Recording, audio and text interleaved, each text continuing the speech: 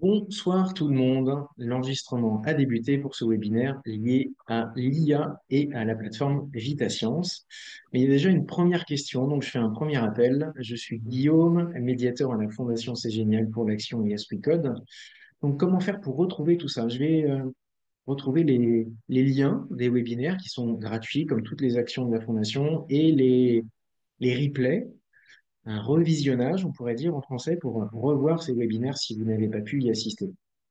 Le plus simple, c'est d'aller sur le site de la Fondation C'est Génial. Dans nos actions, sur la page Yes We Code, vous retrouverez tout en bas le lien vers le Padlet. Et ce Padlet contient lui-même un autre Padlet avec le calendrier. Vous retrouverez ici donc le webinaire, le lien pour participer ici mardi à 18 h, le lien pour participer au webinaire de ce soir.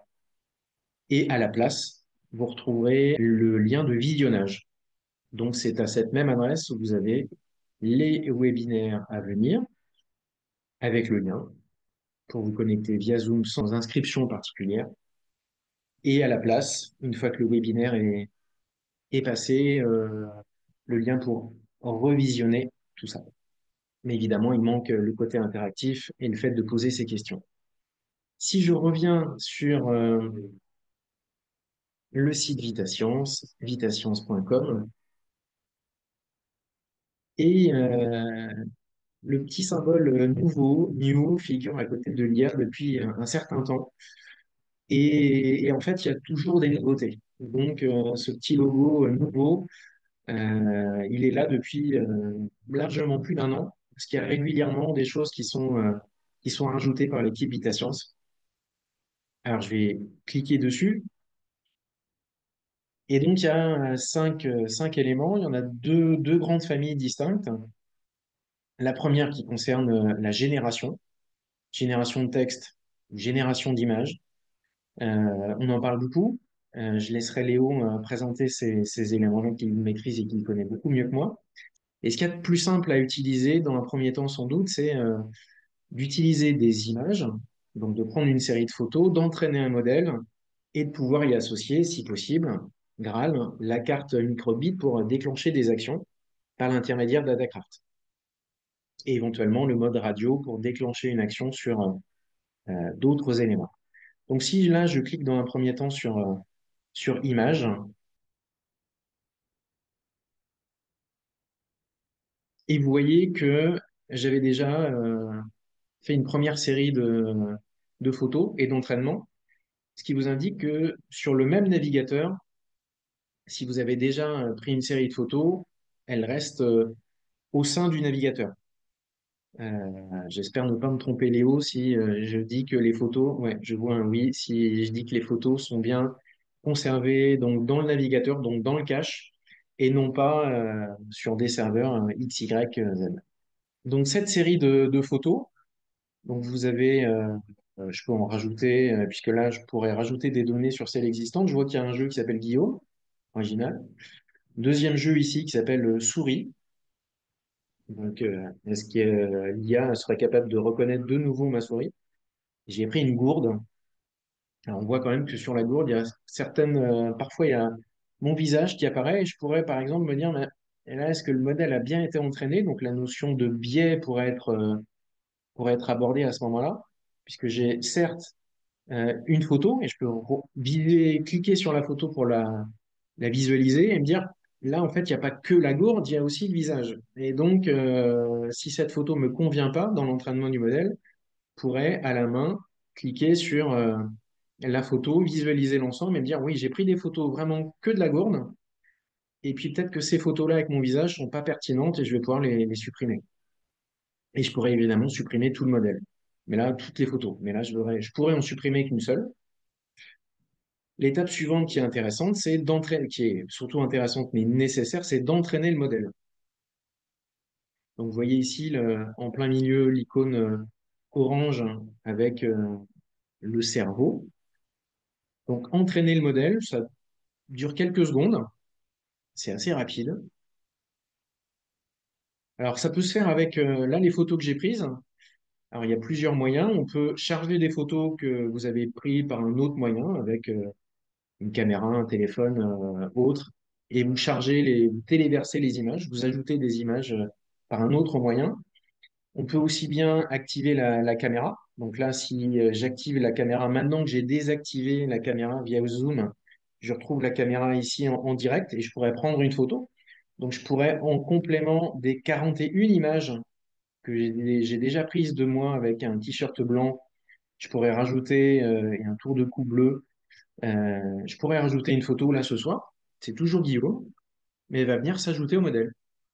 Alors généralement, vous voyez que je bascule un peu la tête parce que bah, j'ai ma tête de face, de profil, de haut, de bas, de plein de en contre-plongée, etc. Donc là, j'ai rajouté une trentaine d'images et je pourrais entraîner le modèle. C'est ce que j'avais fait tout à l'heure. Chaque modification, il faut entraîner de nouveau le modèle. Vous voyez que c'est malgré tout assez rapide. Alors, j'ai vu passer dans le chat Seb, Val, la question sur Adacraft et Arduino et je laisserai Léo y répondre tout à l'heure. Et vous voyez ici du côté droit, donc le modèle a été entraîné. Et vous voyez que le modèle, ici, fait des propositions statistiques. Donc là, visiblement, dans les trois choix possibles de l'entraînement qui a été fait, on trouve Guillaume, Souris et Gourde. Et donc, visiblement, là, devant la caméra, avec ma trentaine d'images avec mon t-shirt noir, mais la quarantaine d'images sur le t-shirt blanc, l'IA considère bien que ce serait Guillaume et à 100%. Ce qui est intéressant, ce serait que je sorte du cadre. Et là, voir que le résultat bascule, mais visiblement, l'étagère qui est derrière moi, bah, ça pourrait être Guillaume à plus de 70%. Mais on voit que ça fluctue beaucoup. Et c'est important ensuite de pouvoir aller du côté de la vérification des données. Et puis surtout, encore plus intéressant, visualiser le réseau de neurones pour essayer de comprendre dans le fléchage de l'analyse des images comment ça fonctionne. Est-ce que Léo, cette introduction c'est bon pour toi pour que tu puisses Ouais, reprendre la main. c'était parfait. Merci beaucoup, Guillaume. Bonjour à tous. Moi, je m'appelle Léo et donc je suis le fondateur de VitaScience. Merci beaucoup, Guillaume, pour l'introduction. Et donc, ce qu'on va voir aujourd'hui, c'est finalement qu'est-ce que c'est une IA, comment est-ce qu'on peut s'en servir dans un contexte pédagogique, et puis comment est-ce qu'on peut faire le lien avec une carte microbit, notamment. Donc, Vitation, c'est un projet qui est né il y a 6 ans et qui propose des outils en ligne pour l'apprentissage de la programmation et de l'IA. Donc sur l'aspect programmation, je vous invite à regarder le webinaire de jeudi dernier. Je ne sais pas si certains d'entre vous y étaient, où du coup on a abordé vraiment en détail comment est-ce qu'on peut coder avec VitaScience, notamment les cartes microbit, avec la possibilité de récupérer des données, de déclencher des actions, de piloter des robots et tous les composants qu'il y a dans le kit. C'est génial. Et Yes We Code. Et donc là, l'idée, c'est vraiment de proposer plutôt quelque chose autour de l'IA. Donc je vais partager mon écran. Hop, voilà. Donc pour arriver sur la page que je suis en train de vous partager, il faut aller sur le site VitaScience. Donc vous pouvez taper VitaScience sur n'importe quel moteur de recherche. Donc vous allez arriver sur la page d'accueil. Et comme disait Guillaume, vous allez cliquer sur le bouton IA qui se trouve en haut avec les 5 interfaces. Sinon, vous pouvez y accéder directement via un lien de partage. Et c'est le lien que je vous ai mis dans le chat normalement. Je ne sais pas si vous le voyez correctement ou pas. Euh, mais normalement, c'est le lien que vous allez avoir dans le chat. Voilà. Donc, une fois que vous êtes arrivé sur ce lien-là, comme disait Guillaume, on propose actuellement 5 types d'IA différentes. Deux sur la génération, donc texte et image, et puis trois sur la détection. Et la première IA donc, sur laquelle on va se pencher, c'est celle qui détecte des images. Et comme l'a montré Guillaume, quand vous allez arriver pour la première fois, ça va ressembler à ça. Une fenêtre dans laquelle vous allez devoir renseigner des catégories et puis lancer ensuite une détection à partir de celle-ci. Donc pour entraîner une première IA, euh, ça va vous permettre ensuite, enfin l'intérêt de cette interface-là, c'est que c'est très facile à faire, on va le voir, ça prend vraiment 2 minutes pour lancer un entraînement, même pas, même pas. Et ensuite on peut s'en servir de plusieurs façons pour expliquer qu'est-ce que c'est une IA finalement et comment est-ce qu'on s'en sert. Donc il y a plein d'exemples qui sont possibles, mais en fait ce qu'il faut imaginer, c'est que ça va différencier différentes catégories. Donc si on en prend 2, 3, 4, 5, ça c'est, on peut choisir comme on souhaite. Et ensuite, dans ces catégories, on va mettre, comme le montrait Guillaume tout à l'heure, des images qu'on va pouvoir récupérer directement depuis notre caméra.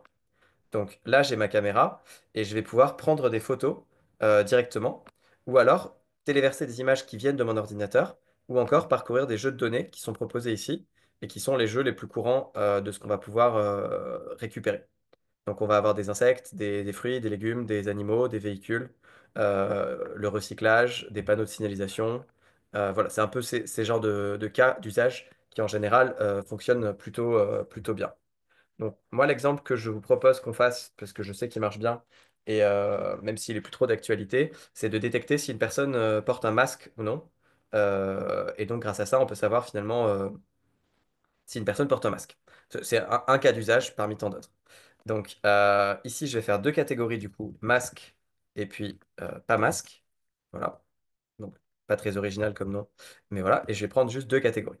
Donc, dans ma première catégorie, du coup, alors ça, ce message-là, je l'ai parce que je partage là, en même temps la caméra sur mon, sur la visio. Voilà. Donc, la première catégorie, on l'a appelée masque. Donc, je vais prendre un masque chirurgical, hop, que je mets comme ça. Et puis, je vais prendre des photos dans lesquelles donc on peut voir que j'ai mon masque. Et donc, si vous voulez, vous pouvez cliquer sur chaque photo individuellement pour bien les voir. Puis, vous pouvez aussi en supprimer quelques-unes si elles ne vous conviennent pas. Et puis, dans la deuxième catégorie, alors désolé, c'est un peu embêtant. Effectivement, il faut que je change de caméra à chaque fois. Mais voilà, on s'y fait. Je vais faire la même chose, mais sans masque. Donc, je vais simplement prendre des images, comme on peut le voir ici, sans le masque. Et donc, là, ce que j'ai créé, c'est ce qu'on appelle un jeu de données d'entraînement.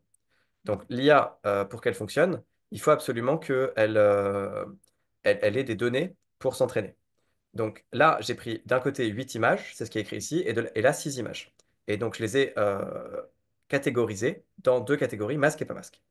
Donc ça, c'est ce qu'on appelle les jeux de données d'entraînement qui sont catégorisés et ensuite, on va pouvoir lancer l'entraînement du modèle, comme l'a fait Guillaume tout à l'heure. Et en fait, on voit que c'est super rapide, ça prend moins de 10 secondes pour récupérer en fait toutes ces données, les agréger et ensuite déterminer dans l'image quelles sont les caractéristiques qui permettent de dire si une personne a un masque ou pas. Et donc ensuite, ce qui se passe, c'est que vous avez la fenêtre qui est ici, dans laquelle on met une nouvelle image. Donc là, c'est en continu, c'est-à-dire que ça fait la prédiction une dizaine de fois par seconde. Et ce qu'on voit ici, c'est que le résultat, c'est 100%. La personne que je vois là n'a pas de masque. Et si je mets mon masque, on voit ici qu'il y a écrit 100%, cette personne-là a un masque. Et donc, ce qui est intéressant, c'est qu'on se retrouve avec une intelligence artificielle qu'on vient d'entraîner en 10 secondes et qui est capable de détecter à partir d'une image qu'elle n'a jamais vue, parce que là, les images qu'on lui envoie, c'est des images qui ne sont pas dans sa base d'entraînement, même si elles ressemblent, qui est capable de détecter si une personne a un masque ou pas. Et on voit que ça fonctionne quand même plutôt bien, parce que si je mets mon masque, on voit que ça met 100%, et si je l'enlève, ça met 100% à pas masque. Donc ça, c'est vraiment la démo un peu euh, waouh. Enfin, en tout cas, sachez que si on voulait faire ce même comportement sans IA, juste avec un programme informatique normal, ce serait extrêmement difficile parce que du coup, il faudrait arriver à détecter, bah là, par exemple, qu'il y a des pixels bleus, que ces pixels bleus sont à tel endroit de l'image par rapport à la bouche, par rapport au nez. Et en fait, et là encore, je suis sur un exemple assez facile. Il y a des exemples beaucoup plus complexes, comme par exemple détecter si c'est un chien ou un chat, ou si c'est telle ou telle personne de visage différent. Donc là, en fait, on a quelque chose qui est capable, en à peine 10 secondes, de reconnaître différentes typologies d'images. Et ça, c'est quand même vraiment fort comme programme. Donc ensuite, à partir de ce résultat-là, il y a plusieurs choses qu'on peut faire pour exploiter ça. Donc la première chose, c'est de regarder via le bouton zone d'influence quelles sont les zones qui ont permis de déterminer la catégorie dans laquelle on se trouve. Donc là, visiblement, c'est mon visage qui permet de dire que j'ai pas de masque. Et puis, quand je mets mon masque, on voit que c'est le haut du masque ici qui sert en fait à déterminer si je perds un masque ou pas. Donc du coup, ce qui est intéressant, par exemple, c'est si je mets ma main. Est-ce qu'il détecte que j'ai un masque ou pas? Ben là, visiblement, ça marche plutôt bien. Il arrive à détecter que ma main ne correspond pas au masque. Et puis vice-versa, si je mets le masque seulement, ça fonctionne. Maintenant, on peut faire le test avec autre chose. Si par exemple, je mets un autre objet, genre un carton, devant ma bouche, qu'est-ce qui se passe? Ben là, on voit que les probabilités sont beaucoup moins prononcées. On est sur des probabilités qui tournent plus autour des 50% et qui oscillent beaucoup. Donc ça, c'est typiquement ce qui se passe quand l'intelligence artificielle, elle est un peu perdue, entre guillemets, puisqu'elle n'arrive pas à détecter et que l'image, entre guillemets, du carton correspond à aucune des catégories. Et donc là, typiquement, si on voulait corriger ce problème-là, qui est que c'est dans cette nouvelle configuration, l'IA, elle ne sait pas trop quoi faire. Il faudrait créer une nouvelle catégorie qu'on va appeler carton, dans laquelle je vais mettre des images du fameux carton, donc que j'ai là, et puis rajouter ces photos-là, et ensuite réentraîner le modèle. Donc là, du coup, on va avoir une troisième catégorie qui va se rajouter qui s'appelle carton. Et donc, cette fois-ci, quand j'ai pas de mon masque, on voit bien qu'il y a 100%. Quand j'ai mon masque, il va nous dire que j'ai le masque qui se met là. Et justement, alors là, on voit quelque chose d'intéressant, c'est que maintenant, quand je mets mon masque, il détecte plutôt comme un carton, parce que probablement que, il va détecter ma main, essentiellement, et que du coup, il va détecter que en fait, ça fait comme le carton. Donc, on est dans un cas en fait où on voit que selon les entraînements qu'on propose, on peut arriver dans des situations où parfois ça marche bien, parfois ça marche moins bien. Et donc, tout le jeu ensuite d'entraîner l'IA, c'est justement de se dire, ben, est-ce que là, il ne faut pas que je supprime certaines images, que j'en rajoute quelques-unes d'autres ici? Voilà, on peut jouer sur les jeux d'entraînement en fait finalement pour rendre notre IA plus adaptée. Donc ça, c'est la première chose qui, je pense, est assez intéressante, c'est d'analyser ces zones d'influence. Ensuite, il y a une deuxième chose qui est plutôt chouette, c'est de regarder le réseau de neurones. Donc comme disait Guillaume, ça correspond à ouvrir la boîte noire. Et donc là, ce qu'on va faire, c'est qu'on va analyser à l'intérieur enfin, on va essayer de comprendre comment fonctionne l'IA elle-même. Comment est-ce qu'elle arrive à détecter, par exemple, si j'ai un masque ou pas. Donc, on arrive sur une page dans laquelle, sur le côté gauche, vous avez ici l'image de départ, donc en l'occurrence, une image de moi sans masque. Et puis, à droite, le résultat. Donc là, en l'occurrence, je ne sais pas si vous arrivez à lire, mais il y a écrit pas masque 100%, puisque on est dans la catégorie pas masque, j'ai pas mon masque. Donc, on voit ici au milieu une succession de couches. Donc, ce qu'on appelle des couches, en fait, c'est des assemblages de neurones qui sont des neurones artificiels. Hein. Donc, ce pas des neurones biologiques du cerveau. Et donc, c'est ce qu'on appelle tout ça ensuite un réseau de neurones, puisqu'en fait, ces neurones sont connectés les uns aux autres, comme on va, pas comme on va pouvoir le voir.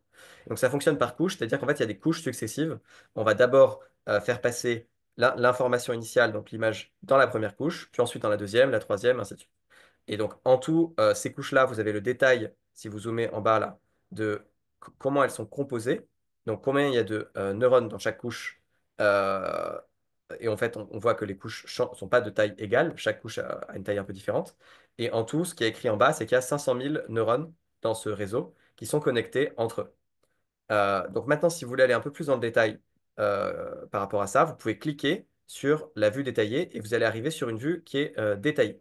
Donc dans cette vue détaillée-là, ce qu'on peut voir, c'est que on a l'image de départ qui est d'abord décomposée en RGB, les trois couleurs fondamentales sur l'ordinateur, et ensuite que notre image, elle va se transformer petit à petit.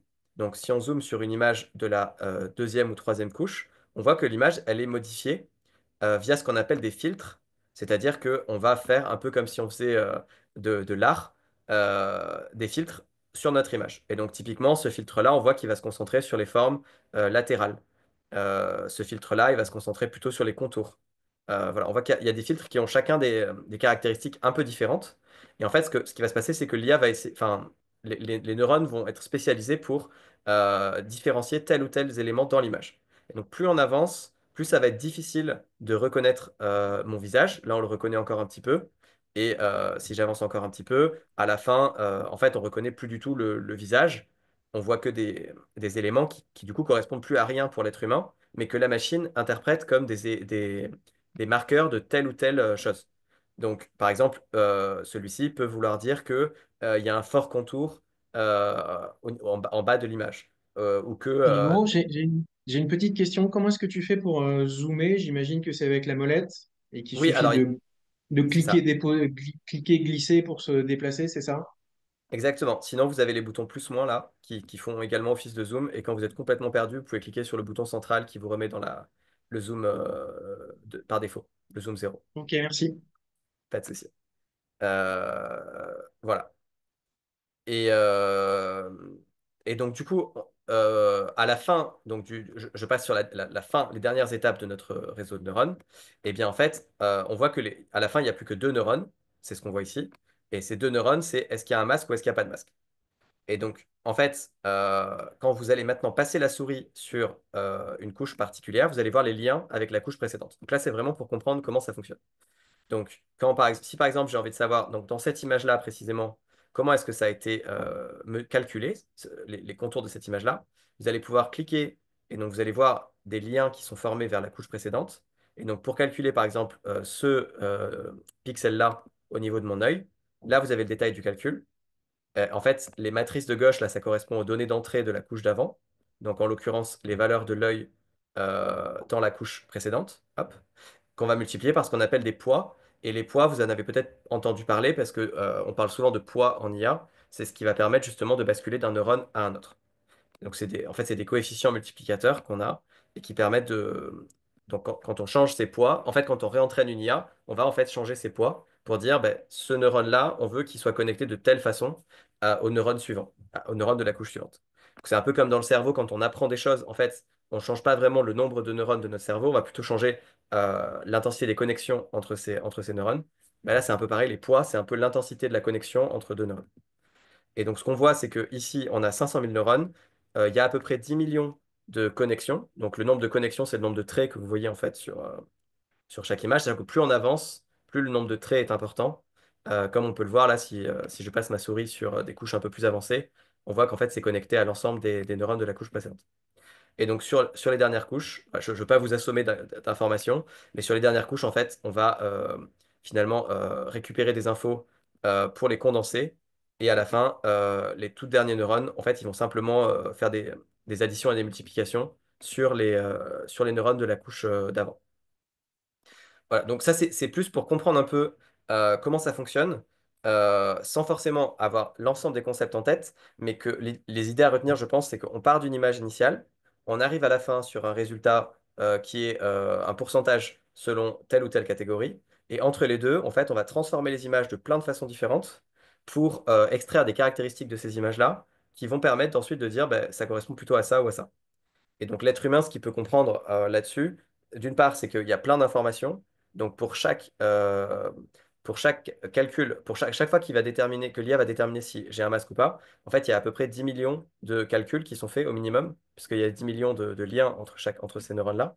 Ce qui fait que ça va consommer beaucoup d'énergie. Et donc c'est grâce à ça qu'on peut aussi expliquer que l'IA consomme beaucoup d'énergie, puisqu'en fait, on va faire beaucoup de calculs et on voit que c'est exponentiel selon le nombre de neurones.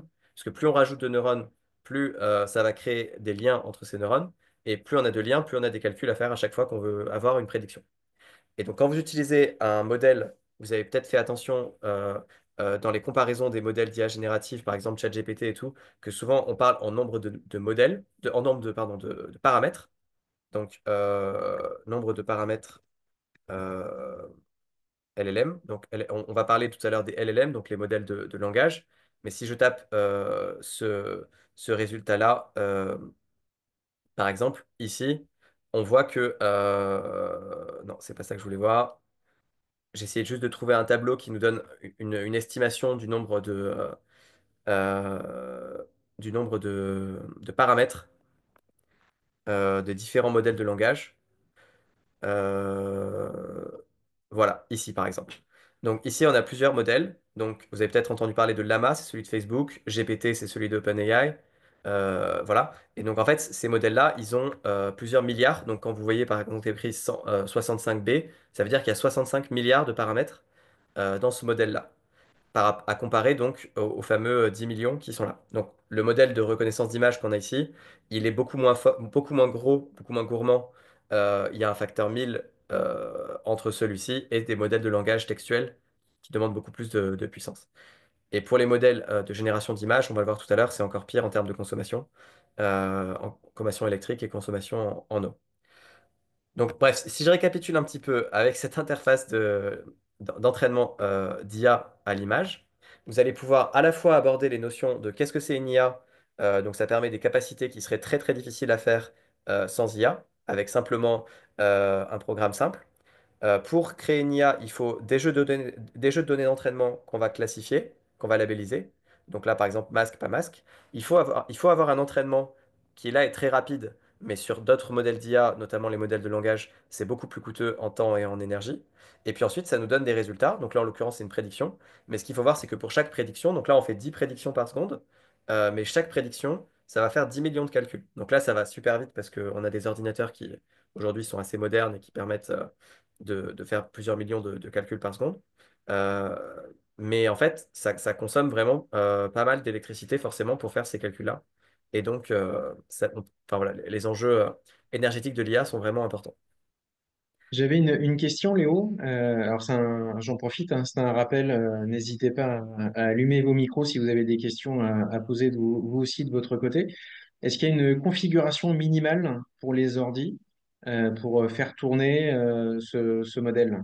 Est-ce que c'est Non, simplement une celui-là, question non. de ça va rallonger la durée du traitement? C'est ça, Euh, exactement. ok. Vous allez avoir un peu moins de prédictions par seconde, concrètement. Mais de toute façon, ça change rien. Si vous en avez même 3 ou 4 par seconde, c'est suffisant. Vous verrez pas forcément trop la différence. Ce qui compte, c'est d'en avoir au moins une ou deux par seconde. Sinon, c'est vraiment très saccadé. Mais là, en l'occurrence, ça fonctionnera bien. Et puis, l'entraînement lui-même sera peut-être un tout petit peu plus long aussi, la partie entraîner le modèle, si vous avez un ordi plus ancien. Mais bon, au Et donc, max, il y a pas de recommandation de non, système ou de navigateur ou de quantité de non, mémoire ou de choses comme ça. non, là-dessus, non. Il faut juste avoir une webcam si vous voulez le. Parce qu'en fait, on peut faire tout ça avec des images qui viennent du PC. Mais honnêtement, c'est un peu moins rigolo parce que du coup, c'est des images que vous devez uploader une par une pour faire la prédiction. Mais ça fonctionne plutôt bien aussi quand vous vous servez de l'ordinateur directement. Voilà. J'ai fait un tout Et petit point tout à ouais, l'heure sur le stockage des photos dans le navigateur, mais oui. comme je vois justement le cartouche en bas à gauche sur la réglementation RGPD, ça vaut peut-être le coup de le repréciser. Oui, alors il faut savoir que les IA, du coup, il y en a certaines qui s'exécutent sur les terminaux, donc là, le PC, mon PC en l'occurrence, donc c'est le cas de celle-ci. Et du coup, toutes les données qui sont là, pendant la phase d'entraînement, pendant la phase d'acquisition, et puis ensuite pendant la phase d'utilisation, tout reste sur l'ordinateur. Il n'y a rien qui est envoyé sur Internet. Et donc ça, c'est vraiment l'idéal en termes de RGPD, parce que du coup, il se passe vraiment rien en termes d'échange, Vita Science ne récupère absolument rien. En revanche, pour les IA qui sont ici de génération, donc textuelle et image, on verra tout à l'heure que ça vient en fait récupérer les données puisqu'on est obligé de les envoyer à un serveur tiers pour que l'IA s'exécute ailleurs, étant donné que c'est trop lourd pour s'exécuter sur un ordi ou un téléphone local. Et d'ailleurs, je précise aussi que tout ce qu'on a vu là, ça fonctionne très bien sur téléphone. Si vous l'essayez, ça marche bien aussi.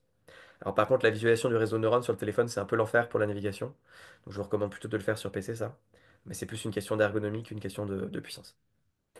Voilà. Et donc le dernier truc qui est assez rigolo à faire, une fois que vous avez entraîné votre IA, que vous avez vu les zones d'influence ici qui permettent de voir les zones de l'image qui ont le plus servi à la détection, et puis de visualiser le réseau de neurones pour comprendre un peu comment ça fonctionne, c'est de s'en servir dans un programme.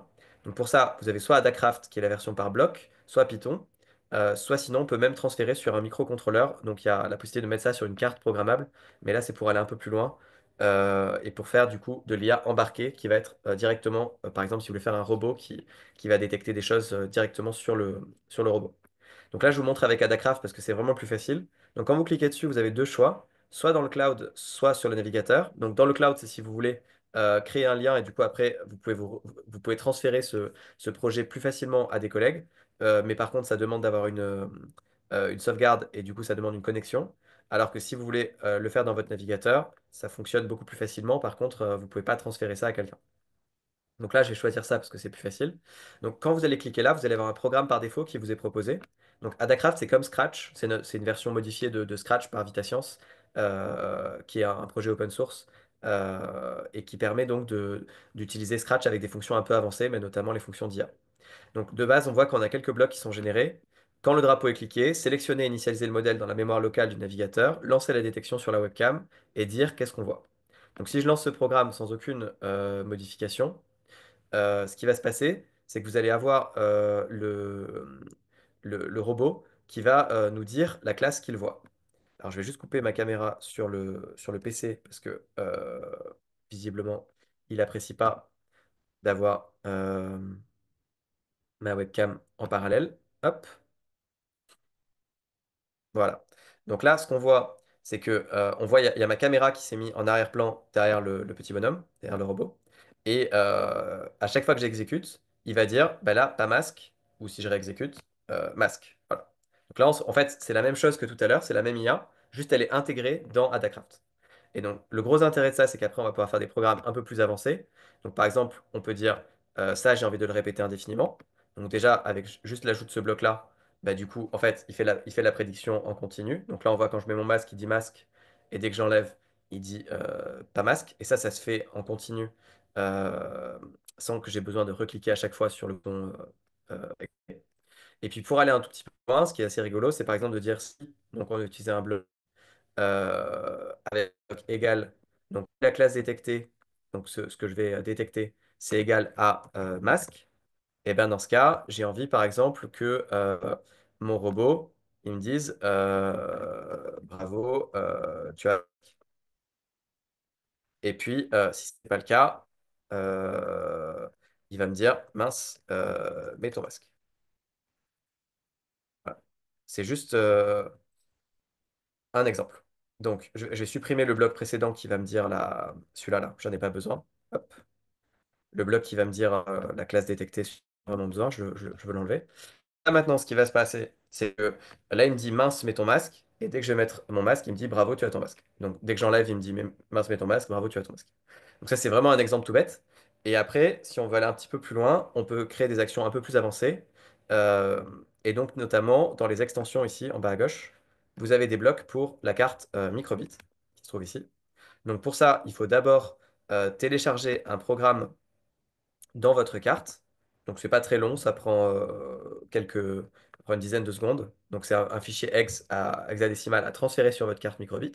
Ensuite, il faut attendre que le transfert soit terminé. Donc, la carte, vous allez voir, elle clignote un petit peu. Et dès que c'est terminé, vous allez avoir une petite notification qui vous dit votre carte a bien transféré le programme. Et voilà, vous avez la pop-up de que la carte s'est bien connectée. Et ensuite, il faut la connecter avec le bouton connecter qui se trouve ici. Et une fois que c'est fait, vous avez accès à des blocs ici qui permettent de contrôler votre carte microbit. Donc si par exemple je prends un bloc qui va afficher l'icône cœur, enfin content quand j'ai ma carte microbit qui détecte que j'ai un masque, et puis sad, donc pas content quand j'ai pas de masque.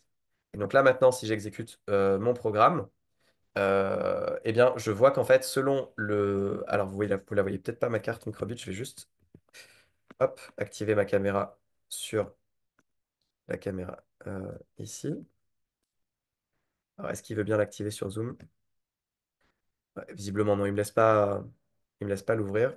Hop, juste essayer de trouver ça ici et ici. On va voir si il me laisse faire là. Non, il me laisse pas faire. Bon, désolé, vous verrez pas ma carte microbit, mais en tout cas, elle est juste à côté de moi. Et donc, du coup, on voit le sourire de la carte microbit changer en fonction de la catégorie qui est détectée.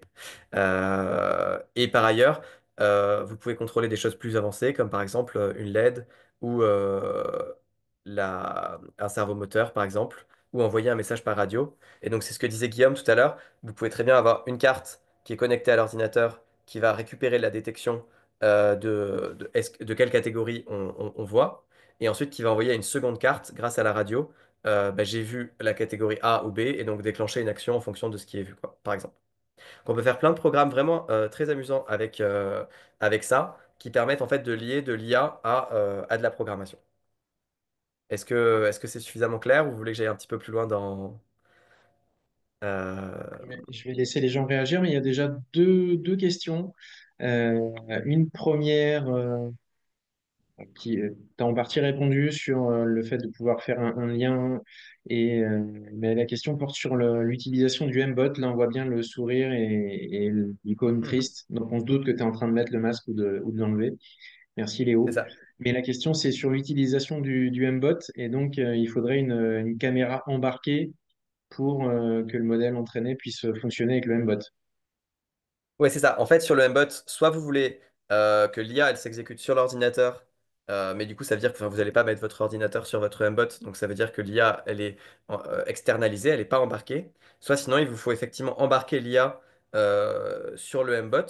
Et là, là-dessus, on vient de lancer justement un nouveau kit. Donc, j'en profite pour le montrer rapidement. Donc, dans la catégorie matériel du site, vous avez un kit qui s'appelle Kit Intelligence Artificielle embarquée qui coûte 99 euros, et dans lequel vous avez en fait une petite caméra un peu comme ça, qui vient se monter, c'est tout petit, hein, ça fait moins de 10 centimètres de long, qui vient se monter sur des robots comme Mbot ou McQueen ou Qtbot.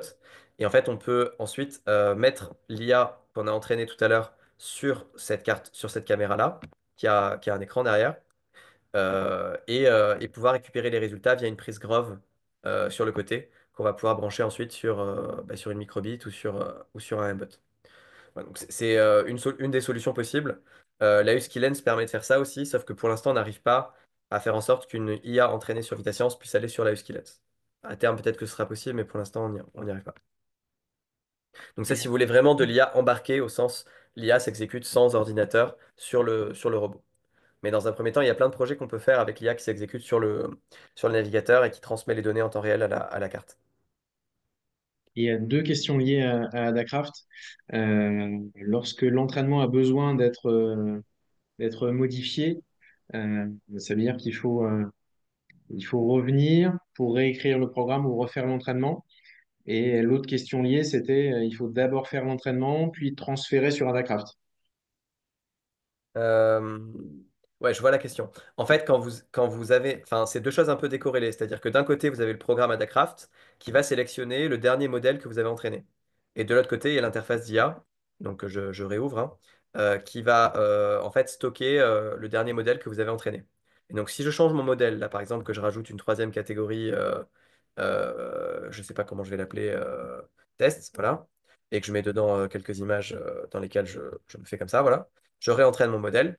Donc là, à la fin du réentraînement, le dernier modèle qui est stocké dans le navigateur, du coup, c'est celui-ci. Et donc, quand je vais réexécuter mon programme ici, le modèle qui est sélectionné, c'est le modèle, celui que j'ai réentraîné. C'est-à-dire que vous n'êtes pas obligé de recliquer à chaque fois sur Adacraft ici pour relancer la machine. Parce qu'effectivement, quand vous allez cliquer sur Adacraft, vous allez revenir au programme de départ dans lequel il y avait 3-4 blocs, là, celui-là, là. Et du coup, ça va, entre guillemets, effacer votre programme précédent, là, celui qui était là. Moi, je vous conseille plutôt, si vous voulez remodifier votre modèle, en fait, vous revenez sur la page là et vous faites le nouveau modèle. C'est simplement, vous cliquez pas à la fin sur Adacraft, en fait. En fait, lui, de toute façon, il va se baser sur le dernier modèle en mémoire, qu'en l'occurrence, le tout dernier que vous avez entraîné. Puisque tu étais sur la page qui permet de prendre des photos, il y a une question pour peut-être revoir comment on ajoute l'image de la caméra dans le simulateur. Alors, je ne sais pas si c'était pour ajouter une catégorie, Olivier, si c'était ça la question. Alors, le simulateur, je comprends pas trop de quoi il s'agit. C'est ce qui est à droite, là?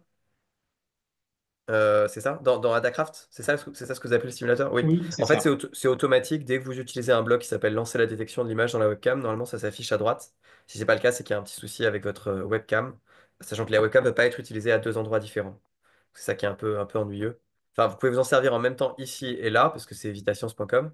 Mais là, par exemple, tout à l'heure sur Zoom, j'étais sur Zoom et du coup, il ne me laissait pas utiliser ma webcam sur Zoom et Mais bon, voilà, à part si vous êtes en visio en parallèle, là, ce qui est mon cas, normalement, c'est pour ça que là, j'ai pris deux caméras pour permettre de faire les deux en même temps. Mais normalement, ça pose pas trop de soucis.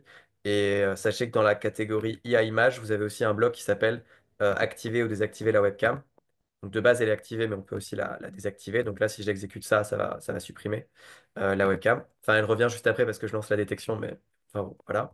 Et puis, il y a un autre bloc qui permet de gérer aussi la transparence pour savoir si on veut qu'on voit beaucoup ou pas mon image à moi en arrière-plan. Donc, si on met une transparence à 90%, du coup, on verra mon visage différemment. Alors, c'est justement une question qui est peut-être en lien avec quelque chose qui a été évoqué dans le chat. Elle dit, est-il possible de faire reconnaître un visage pour commander l'ouverture d'une porte, par exemple? Et Oui, moi, ça m'évoquait comme question, quel est le pourcentage qui permet de dire que tel tag est activé entre masque et pas masque, dans l'exemple qui a été pris? oui. Effectivement, on peut tout à fait faire une catégorie donc par personne. Donc, par exemple, on pourrait faire Léo, Guillaume et puis quelqu'un d'autre. Voilà, je fais trois catégories. Donc là, je mets des images de Léo, là, je mets des images de Guillaume, et puis là, je mets des images d'autres personnes. Et quand j'entraîne le modèle, ensuite, il sera tout à fait capable de reconnaître du coup si c'est moi ou quelqu'un d'autre. Et après, il vous suffit de dire si la classe détectée égale Léo, alors, bah, par exemple, pour ouvrir une porte, on va utiliser un servomoteur qu'on va régler à un certain angle, donc 90 degrés si on voit Léo, et sinon, on met 0 degré. Voilà, comme ça, on peut faire plein de mécaniques assez rigolotes, de coffre-fort ou de trucs comme ça, à détection d'IA. Et donc le seuil, c'est 50%, c'est ça? Pour qu'on Alors, de considère que ce base, oui, soit... effectivement, de base, en fait, classe détectée, c'est celle qui a la plus haute valeur. Alors, c'est vrai que si vous avez trois classes et qu'elles sont toutes les trois à 33%, c'est celle qui sera à 34 qui va être sélectionnée. Donc là-dessus, quand on est à 33, 33, 34, on ne peut pas dire qu'il y ait une vraie détection. C'est simplement l'IA, elle hésite et elle va prendre le plus haut. Donc là-dessus, la petite astuce qui peut être intéressante, c'est effectivement d'utiliser ce qu'on appelle le taux de confiance. Donc le taux de confiance, en fait, c'est le pourcentage. Et donc vous pouvez dire que c'est seulement si le taux de confiance est supérieur à 80%, par exemple, que vous lancez les actions en question. Comme ça permet d'éviter que les actions se lancent si l'IA elle est à 50-50 à peu près. Donc Donc là, il pour ça, faudra combiner un test E si la classe détectée est égale c'est et ça. le taux de confiance est supérieur. OK. C'est ça. C'est ça. Il faut faire avec les conditions et. Donc le et qui est là, et mettre les deux opérateurs logiques, donc classe détectée et égale Léo, et taux de confiance supérieur à, par exemple, comme tu as dit, ouais, 80%. Enfin, après, c'est à vous de juger selon votre cas d'usage, hein. Ça peut être 80%, ça peut être 90%, ça dépend vraiment des cas d'usage. Et puis peut-être une astuce, puisque dans ta prise de photo, tu avais créé trois catégories. Ça me rappelle que ça peut être intéressant, par exemple, puisque là, tu avais deux visages, de prendre une troisième catégorie qui est effectivement quelqu'un d'autre, ou neutre, ou un fond Ouais, vierge, ou juste le tout à mur, fait. pour que l'IA soit entraînée avec autre chose que les visages, puisqu'on souhaite qu'elle entraîne les visages, et donc peut-être un modèle avec modèle équerrien, un fond vierge, Ouais, qui tout fait à fait. partie des résultats, mais que le modèle puisse s'entraîner avec autre chose que des visages, que le cas soit prévu. Il y a une Ouais. question dans le chat pour savoir si les blocs existent sous MBlock. Non, non, non. Pour le coup, c'est vraiment que sur VitaScience. En revanche, vous pouvez tout à fait programmer un robot MBot sur VitaScience aussi. Mais on va dire que MBlock, pour nous, c'est un peu l'application concurrente à VitaScience du coup. Qu'on n'a pas d'intérêt à développer des blocs pour MBlock. Et par contre, pour Arduino, ça marche pareil, ouais. Donc pour Arduino et MBot. En fait, vous faites la même chose que ce que j'ai montré là. Et à la fin, là, quand vous êtes sur Adacraft, dans les extensions, vous allez prendre l'extension pour Arduino ou SP32, STM32, enfin tout ça. Celle qui vous arrange pour communiquer avec. Voilà, je vais passer à la suite parce que sinon on va pas pouvoir présenter les autres IA. Donc je vais passer rapidement sur celle pour le son. Qu'en fait, vous allez voir, c'est vraiment la même chose, sauf que cette fois-ci, au lieu d'être des extraits d'images, c'est des extraits de son. Donc là, par exemple, j'ai fait trois catégories bonjour, merci, bruit de fond. Dans ces catégories-là, j'ai mis des extraits dans lesquels j'ai dit bonjour. Donc il y a 7 éléments. Alors je pense pas que vous allez entendre. Là, vous m'avez pas entendu dire bonjour, si? Non. Non. Ok. Donc il y a 7 extraits sonores dans lesquels j'ai dit bonjour, 7 extraits où j'ai dit merci, et puis 6 extraits où j'ai rien dit. Et donc quand on lance l'entraînement, ensuite on a une IA qui est capable de détecter si ce que je vais dire, ça correspond plutôt à ça, ça ou ça. Et donc ce qui est intéressant avec cette IA-là, c'est de faire la même chose en fait que sur l'image, mais avec du son. Et donc ensuite vous pouvez le tester avec votre micro. Alors je sais pas s'il va aimer parce que j'utilise déjà le micro dans... Ouais, si, ça va, ça va. Si, bonjour, merci. Donc là, on voit que le premier truc qui est là, c'est là où je disais bonjour. Et là, c'est là où je disais merci. Euh, Hop. Bon, visiblement, il n'est pas bien entraîné. Alors après, ça dépend du micro. J'étais peut-être pas sur le même micro. Mais en tout cas, le premier, on voit bien qu'il m'a dit que je disais bonjour. Et le deuxième, plutôt merci. Donc ça permet de détecter. Et ça, pareil, on peut s'en servir dans Adacraft ou dans Python. Donc je ne vais pas m'étendre trop là-dessus. Mais il y a des projets assez rigolos qu'on peut faire sur cette IA de détection de son. Et puis le Rapidement, puisqu'on troisième, nous pose des questions, j'imagine que ce sera la même chose pour les images et les sons et la posture sur l'entraînement de l'IA. oui, Tu parlais tout à l'heure d'un smartphone. J'imagine que ça fonctionne aussi sur un iPad ou une tablette Android ou iOS, peu oui, importe. oui. La question sera surtout de lier ensuite à Adacraft. Jusque-là, pas de problème. Mais pour ajouter l'extension microbit, là, sur l'iPad, ça va pas être possible. C'est ça, exactement, parce que ça fonctionne que en USB pour l'instant. Alors après, sur Adacraft, il y a une autre extension qui est proposée, hop, si vous descendez un petit peu, qui permet de coder la carte microbit, c'est celle qui est là, et qui, elle, fonctionne avec le Bluetooth. Nous, la nôtre, elle fonctionne avec le filaire, c'est pour ça qu'on a mis un petit logo USB là, et il y en a une autre qui fonctionne avec le Bluetooth. Donc potentiellement, vous pouvez essayer avec celle-ci. Donc là, vous voyez une recherche d'appareil en cours. Par contre, il faut installer un truc qui s'appelle Scratch Link. Donc, c'est un truc à installer.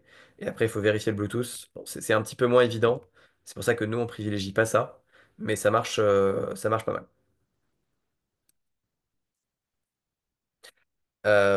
Voilà.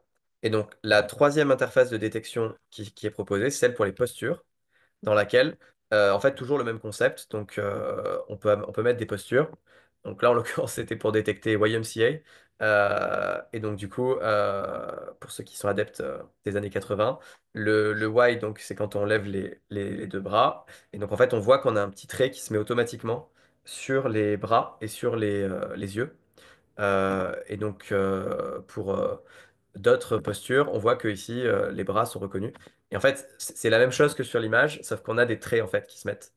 Et donc, si on entraîne, enfin, quand on met du coup si on rajoute une catégorie qu'on veut faire le A par exemple, hop, on voit que sur mon image de webcam, maintenant j'ai des points au niveau de mes yeux, mes oreilles, mon buste. Et bon, là, la caméra est assez proche. Mais si je l'éloigne, vous devez avoir les bras aussi qui s'affichent. Alors, je suis trop près de ma caméra.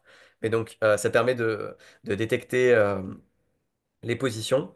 Et donc, quand on va entraîner le modèle, et bien en fait, de la même façon, à la fin, on aura la détection qui se fera euh, grâce au point. Et donc ça fonctionne vraiment beaucoup mieux pour détecter des postures humaines. Et par contre, c'est adapté que à ça, quoi. Donc c'est une sorte de cas d'usage très, très particulier pour la posture. Et vous avez peut-être déjà vu, mais typiquement, je suis tombé sur cette startup la semaine dernière, que j'ai trouvé assez rigolote, qui s'appelle Dancer. Donc, c'est une startup qui s'est lancée il n'y a pas très longtemps pour aider les profs de danse à progresser en danse. Et donc, vous allez reconnaître tout de suite, c'est la même IA qui détecte les postures. Et en fait, du coup, il y a un avatar qui correspond à un danseur professionnel où on voit les postures. Et ensuite, en fait, on danse. Nous, ça va détecter notre position et ça donne la proximité entre la posture du danseur professionnel et votre posture à vous. Et ensuite, ça vous donne un score et ça vous dit bah, comment vous améliorer en danse. Donc c'est typiquement c'est un cas d'usage de ce genre d'IA. On peut aussi s'en servir je vous mets le lien pour ceux qui sont intéressés par ça. Mais moi, j'ai trouvé ça vraiment plutôt malin comme truc. Et ça marche plutôt très bien. Il y a une démonstration pendant le salon. Mais il y a plein de cas d'usage aussi. On peut faire du sport avec ça. On peut s'entraîner à réparer à préparer la bonne posture quand on est assis sur un bureau pour pas se faire mal au dos, par exemple, ou faire du yoga ou du kiné. Enfin voilà, il y a plein de choses vraiment intéressantes à faire en termes de posture. Mais ça reste un cas d'usage particulier de la détection d'images. Donc ça, c'est les trois IA de détection. Et ces trois-là, donc si je récapitule, à chaque fois, vous allez donner des images d'entraînement, les classifier, lancer un entraînement, et puis observer le résultat, et pourquoi pas s'en servir ensuite dans Adacraft ou Python pour avoir des programmes plus avancés. Les deux suivantes qu'on va voir juste maintenant, c'est de la génération. Donc là, on est sur quelque chose qui tourne sur des serveurs tiers et qui permet de générer des choses. Donc, ce que je peux montrer en premier, c'est la génération d'images. C'est celle que je préfère. Je trouve assez rigolote, cette interface-là, qui permet de générer une image. Donc, je ne sais pas si certains d'entre vous ont déjà généré des images par IA. Ça devient quelque chose d'assez courant maintenant. Euh, mais l'idée, c'est on va mettre un prompt, donc c'est-à-dire une description textuelle de ce qu'on veut générer, et ensuite, ça va nous générer une image. Donc, soit vous tapez ce que vous voulez, soit sinon, euh, vous allez pouvoir sélectionner des exemples qui sont fournis en haut. C'est des exemples qu'on a imaginés.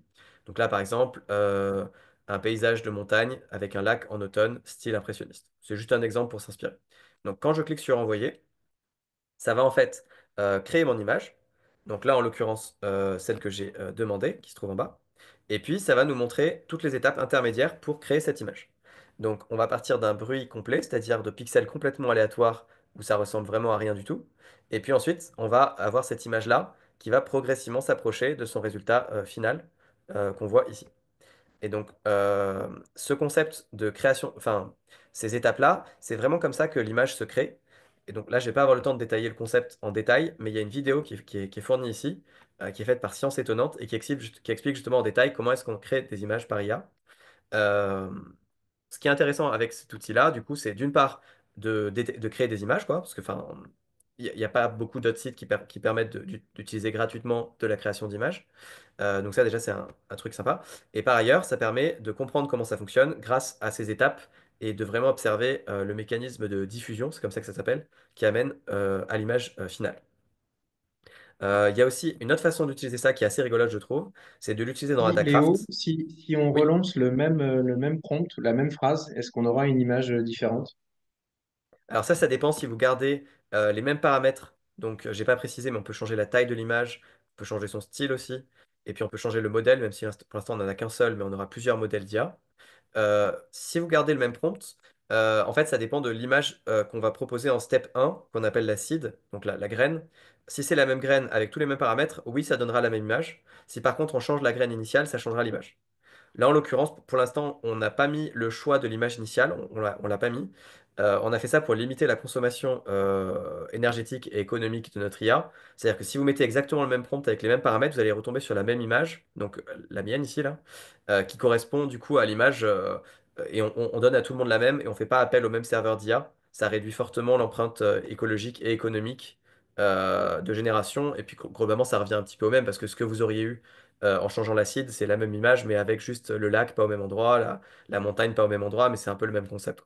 Donc pour l'instant, on l'a fait comme ça. Peut-être qu'on changera à l'avenir. Et peut-être que le paramètre de changement de seed, ce sera quelque chose qui sera payant. Parce qu'on aura forcément des options qui seront réservées aux gens qui prennent l'abonnement premium.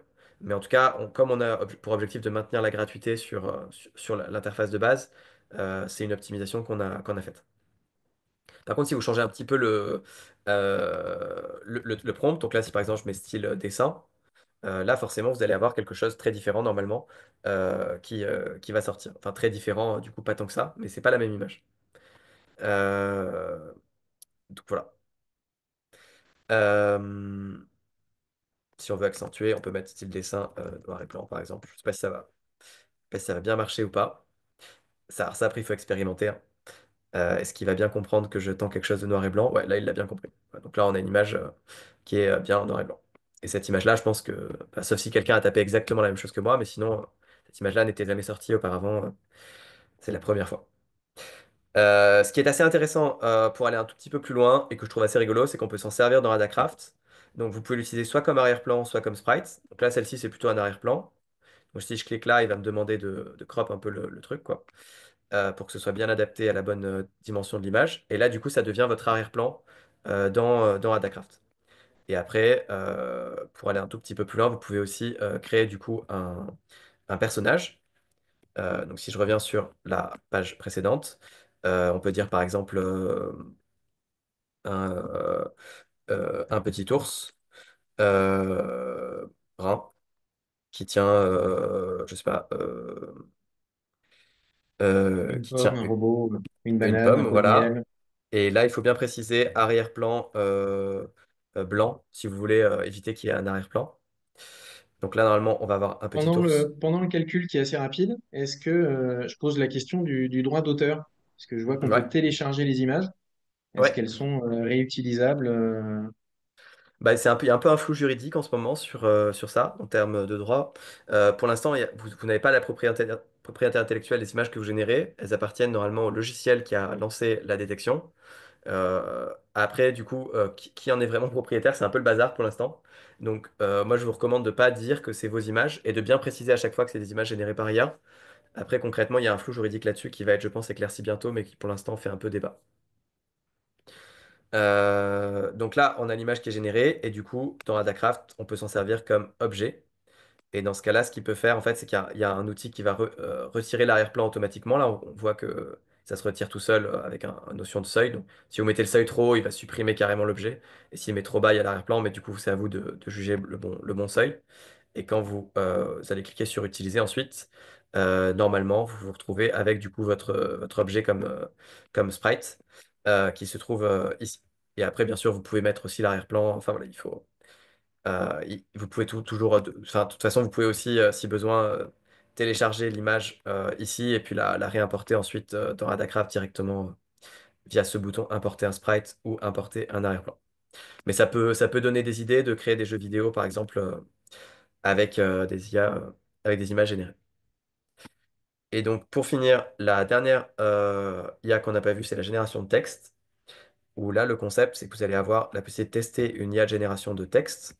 Donc, on a mis en haut à droite le choix du modèle, avec les modèles les plus connus, donc Mistral, GPT, 4O Mini et 4O, et puis Llama.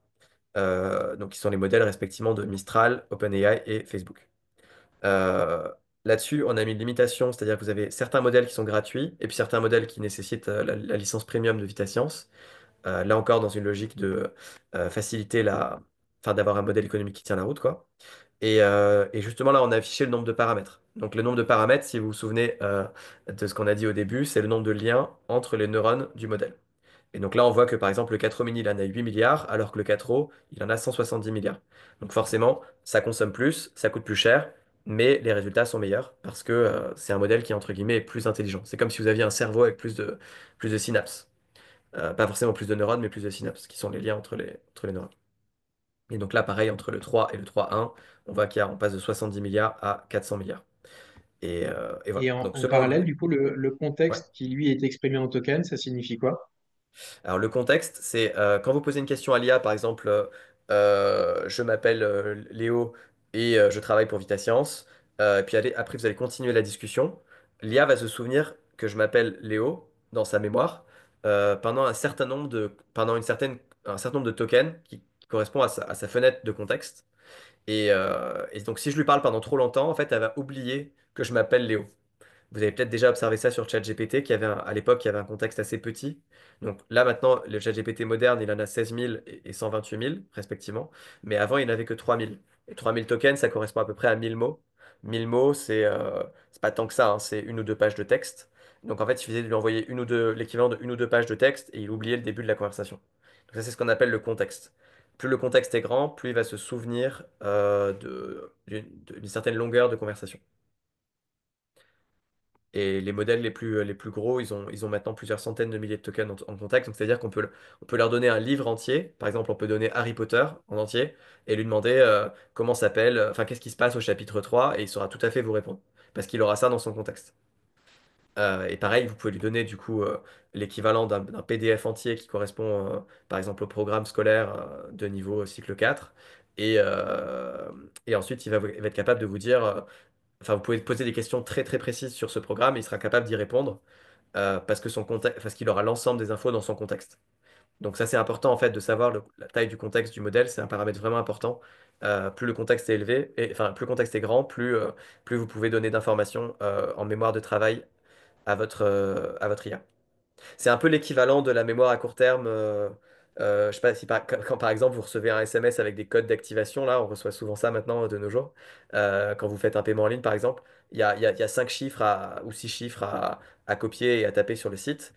Ben ça, vous les gardez en mémoire et vous êtes capable de vous en souvenir pas 30 secondes ou une minute. Et après, en général, ça devient super difficile de s'en souvenir. Ou alors, quand quelqu'un vous dicte un numéro de téléphone, vous êtes capable de vous en souvenir peut-être une minute et après, ça part. Ben là, c'est un peu pareil. C'est un peu ça la fenêtre de contexte. C'est la mémoire de travail à court terme. Et donc, une fois que vous avez choisi votre modèle, donc là, par exemple, je prends, je sais pas, Mistral, vous allez pouvoir poser une question. Donc, par exemple, quelle est la plus grande planète du système solaire? Et là, on a la réponse. La plus grande planète du système solaire est Jupiter. Et donc, ce qui est intéressant, c'est qu'il y a des couleurs.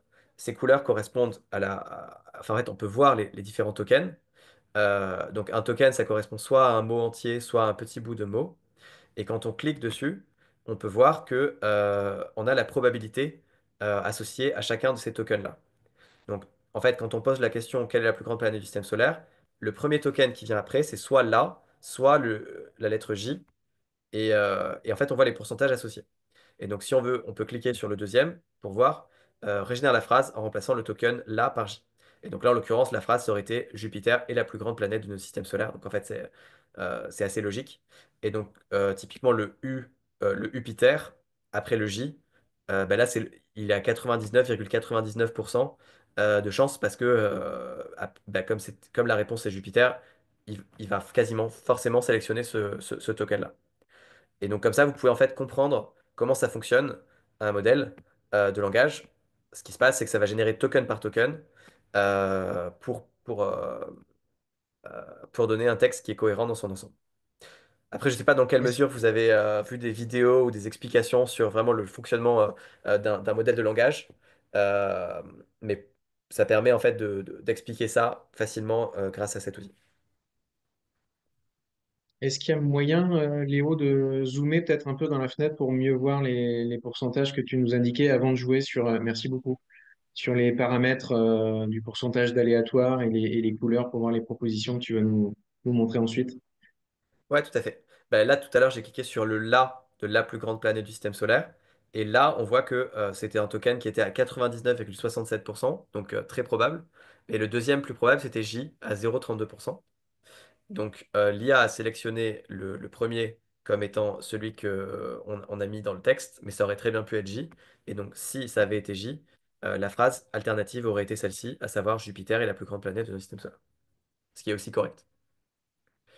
Et si vous voulez, donc il y a la possibilité de masquer ces tokens-là si vous voulez pas avoir la coloration là. Et puis si vous voulez, on a aussi une vue en token où là du coup on voit plus les lettres, on voit seulement les tokens qui correspondent à ces lettres. En fait. Donc forcément c'est ce que la machine comprend en fait. Donc c'est vraiment une vue pour comprendre ce que voit la machine. Euh, voilà les trois vues qui sont proposées. Et donc, ce qui est intéressant dans cet outil-là, selon moi, c'est d'expérimenter différents modèles avec des questions basiques et de pouvoir jouer sur le taux d'aléatoire. Donc, le taux d'aléatoire, en fait, s'il est à 1%, donc la probabilité la plus faible, il va quasiment systématiquement prendre le mot le plus probable. Et donc, on va avoir un texte qui est très homogène puisqu'il correspond à quelque chose d'assez probable. Et ça veut dire que sur deux questions similaires, si vous allez poser deux fois la même question, vous allez avoir à peu près la même réponse. Si par contre vous mettez un taux d'aléatoire vraiment élevé, ce qui va se passer, c'est que vous allez avoir un texte beaucoup plus créatif qui va partir potentiellement un petit peu dans tous les sens, puisque ça va prendre des tokens beaucoup plus aléatoires, pas forcément le plus probable. Et donc dans ce cas-là, on se retrouve avec, c'est très utile par exemple quand vous voulez faire des poèmes ou des choses comme ça qui vont nécessiter plus de créativité. Et donc ça vous permet en fait de tester ce modèle aléatoire. Alors, je ne sais pas si vous avez des questions particulières que je voulais que je pose à cette IA-là euh, pour Il tester. peut y avoir des propositions dans le chat. Ouais, pour l'instant, Ouais. il y a plus de 40 personnes encore. Alors sinon, il y avait deux questions vraiment sur l'utilisation, sur les couleurs et savoir s'il y avait moyen de faire un lien avec une carte microbit. Mais une Alors pour les proposition d'une couleurs, question, ça peut être bien ouais. aussi. Ouais. Pour les couleurs, non, il n'y a pas que deux couleurs. Donc par exemple, là, si je mets créer un quiz sur la programmation, enfin ouais, sur la robotique, voilà, sur l'histoire de la robotique, on va dire. Hop, de la robotique. Hop, l'histoire de la robotique. J'envoie ça. Donc là, ce qui va se passer, c'est que on voit qu'il y a des couleurs qui sont quand même assez différentes. Et donc plus c'est rouge, plus ça correspond à des tokens qui sont pas très probables. Et plus c'est vert, plus c'est des tokens très probables. Donc là, par exemple, le petit qui est là, en fait, on voit qu'il était que à 7% de probabilité, alors que le Q apostrophe, il était à 91%. Et ça, c'est parce que j'ai mis un taux d'aléatoire assez fort. C'est pour ça que le texte est un petit peu de toutes les couleurs là. Si on refait le test avec un taux d'aléatoire très faible, vous allez voir que normalement, vous allez avoir un texte qui est beaucoup plus vert. Euh, voilà, ce qu'on voit ici, qui correspond à du coup quelque chose de beaucoup plus standard. Donc vous pouvez en fait comparer les deux textes et voir que voilà, quand a été inventé le premier robot industriel programmable connu sous le nom de Unimate, c'est quelque chose peut-être de plus original que quand et où le premier robot industriel a-t-il été inventé, qui est quelque chose de plus standard. Voilà, donc ce taux d'aléatoire, il vous permet de jouer sur l'originalité en fait d'une réponse. Donc parfois, si vous mettez un taux d'aléatoire trop élevé, vous allez avoir un texte qui veut plus rien dire, qui correspond à rien du tout. Et donc là, typiquement, voici un petit quiz. Le petit, il n'est pas très probable. Normalement, il était censé plutôt dire voici un quiz. Et donc, le 91% sur le QU, là, qui correspond probablement à un quiz. Donc, le fait de dire voici un petit quiz, bah, en fait, le petit, il est un peu familier, c'est pas un truc standard. Voilà. Donc, c'est grâce à ça. C'est parce que j'ai mis un taux d'aléatoire élevé. Donc voilà pour la question des couleurs. Et pour la question du lien avec Microbit, là honnêtement, il n'y a pas trop de lien. Vous pouvez, donc on a laissé les boutons Adacraft et Python. En fait, ça vous permet, donc dans Adacraft ou dans Python, d'utiliser l'IA textuelle pour générer des choses. Donc, par exemple, on peut faire un projet où quand on clique sur tel bouton de la carte Microbit, ça va générer tel texte. Et du coup, ce texte va être lu par le PC. Enfin, on peut imaginer des petits scénarios comme ça, mais c'est un peu tiré par les cheveux, je trouve. À mon avis, il y a plus de possibilités au niveau de l'IA, de travailler sur notamment la partie Où est-ce qu'elle est passée mon interface? Ouais, de travailler notamment sur la partie détection d'image, détection de son et détection de posture. Et puis éventuellement génération d'images pour faire des petits jeux vidéo avec notre personnage créé. Oui, parce que je l'ai peut-être pas précisé, juste pour préciser là-dessus. Une fois que vous avez créé votre personnage, par exemple, là, mon petit ours, vous allez pouvoir l'animer et, par exemple, le faire se déplacer. Donc, quand j'appuie sur le, le drapeau, ça fait avancer mon petit ours. Et donc, ce genre de programme, vous pouvez le faire interagir avec votre carte microbit, si on reprend l'extension de tout à l'heure. Euh, et donc, si, hop, je connecte ma carte, comme c'est le cas là, on peut faire en sorte que si j'appuie sur le bouton A, euh, ça va faire décaler mon, mon petit ours, par exemple, vers la droite ou vers la gauche. Et qu'en fait, on peut créer des jeux vidéo qui interagissent avec notre carte. Voilà, c'est un cas d'usage, je pense, qui peut être assez rigolo à faire sur la génération d'images. Donc, de créer un petit jeu vidéo avec des personnages designés par IA et le tout contrôlé par la carte microbit, comme une manette en fait.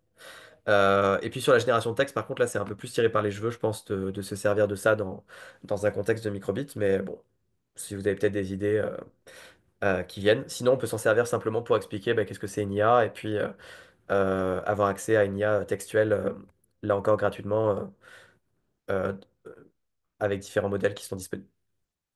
Je précise que si vous le souhaitez, il y a dans la partie ressources, vous avez en fait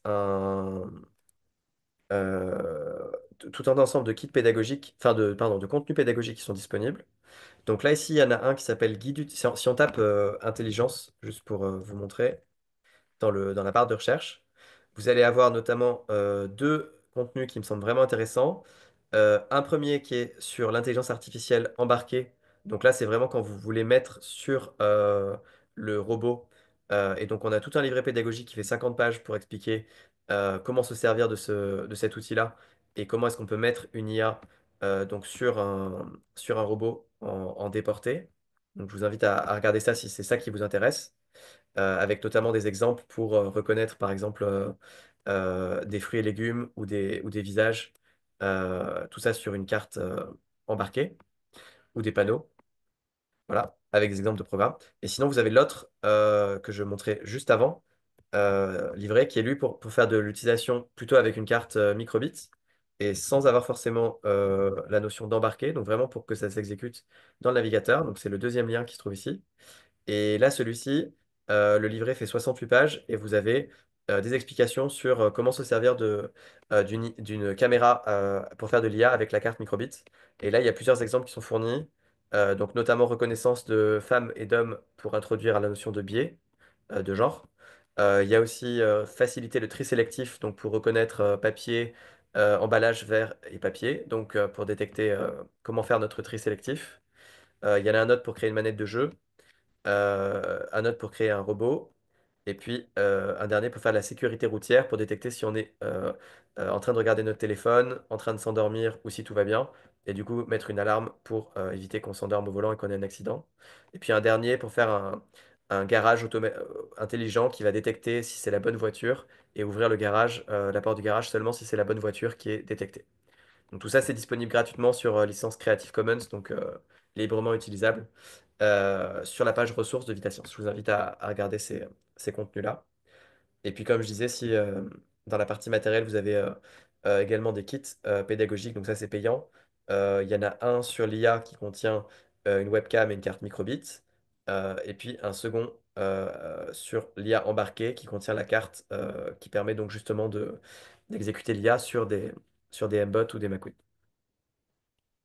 Je crois que j'ai fait un petit peu le tour. Est-ce qu'il y a d'autres questions? Je crois que non pour Déjà l'instant. beaucoup d'infos et merci. Donc on a des merci. Merci à vous de votre présence. Et je vous rappelle, puisqu'on est dans la thématique IA, que cette fois-ci, ce sera avec la carte microbit et la caméra Husky Lens qui fait partie désormais du kit Yes We Code en standard. Donc la caméra est fournie en un exemplaire dans tous les nouveaux kits qui ont été distribués dans plus de 300 établissements cette année.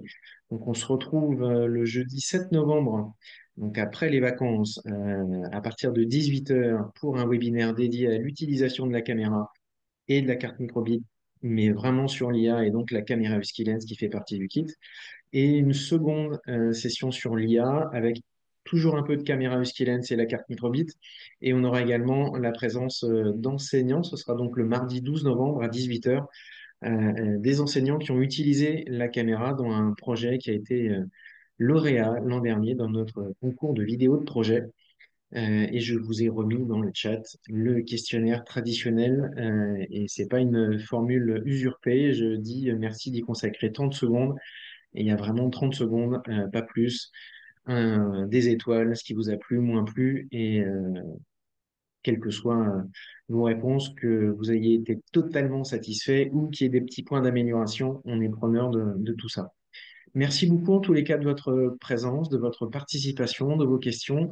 Merci à toi Léo pour toutes ces précisions techniques, argumentées, expliquées, montrées en détail. Donc merci pour ce tour d'horizon des capacités de Vita Science en génération et en entraînement d'IA. Ouais, et puis vous n'hésitez pas si vous avez des questions ou des idées d'amélioration pour les interfaces d'IA ou de codage de VitaScience, on est vraiment ouvert pour la suite. Merci à toutes et tous. Bonne soirée. À bientôt!